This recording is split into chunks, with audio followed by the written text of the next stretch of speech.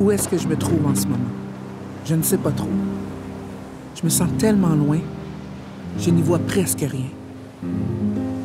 J'ai l'impression à la fois que tout bouge vite et que je reste au même point. Comme si j'étais prise à faire du surplace en pleine mer, au milieu d'une tempête, en ne bougeant que de haut en bas et de bas en haut, au rythme des vagues, au rythme des émotions qui, à chaque fois qu'elles me frappent violemment, m'obligent à m'agripper fort pour ne pas me faire engloutir par la grosse masse opaque dans laquelle je me trouve. Une fois le choc d'une vague passé à travers la grisaille qui m'entoure, je réussis à entrevoir un petit quelque chose. Un regard soucieux ou préoccupé peut-être. Oui, comme si quelqu'un me regardait avec des yeux inquiets. On dirait même que les yeux bougent, comme si on essayait de communiquer avec moi.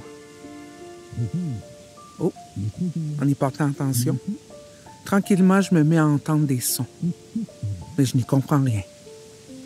J'essaie de me concentrer et d'y voir plus clair. Sous les yeux, il y a le nez, puis un peu plus bas, la bouche. Tiens, on dirait même qu'elle bouge. Oui, on essaye de me parler. Si je pouvais m'arranger pour que les sons que j'entends et le mouvement des lèvres s'accordent, ça donnerait... Trésor. Trésor? Mon trésor. Mon trésor. Tu m'entends? Est-ce que ça va? Il y a quelqu'un qui m'a toujours appelé comme ça, le père de ma mère, mon protecteur, celui que j'appelle mon grand sage. Ah oui, c'est vrai, je suis avec lui. Il m'avait dit que ça serait peut-être comme ça. Là, je comprends ce qu'il voulait dire. J'étais en plein dans la tempête et j'affrontais une vague, toute une vague, qui me donnait l'impression d'être vraiment ailleurs. Oui, ça va. J'étais comme ailleurs. Je me sentais loin avant que tu me parles. Je pense que j'étais dans une de tes vagues, une méchante grosse vague même. Il m'a expliqué ça il y a une semaine, avant la mort de maman, qui est aussi sa fille. Par le passé, il était travailleur social, mon grand sage. Je ne sais pas trop ce qu'il faisait, mais il m'a dit qu'il travaillait souvent avec des images quand il voulait aider les gens à comprendre ce qu'ils vivaient. Ce n'est pas que j'y avais pas porté attention.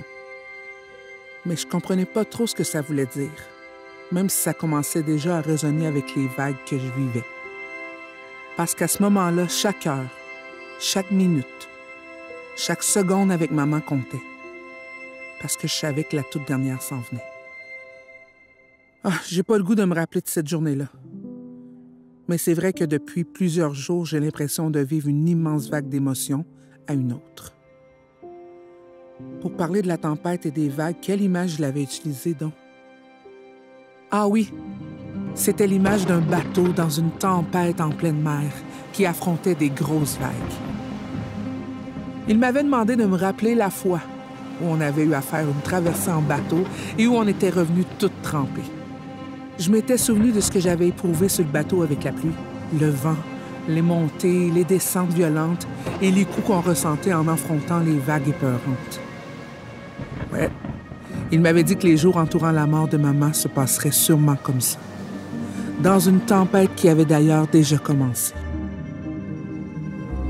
Il m'avait dit que ça se pourrait aussi que je vive un genre d'immobilisme qui ressemble plus à un bateau qui est pris dans une mer gelée, paralysé, sans mouvement.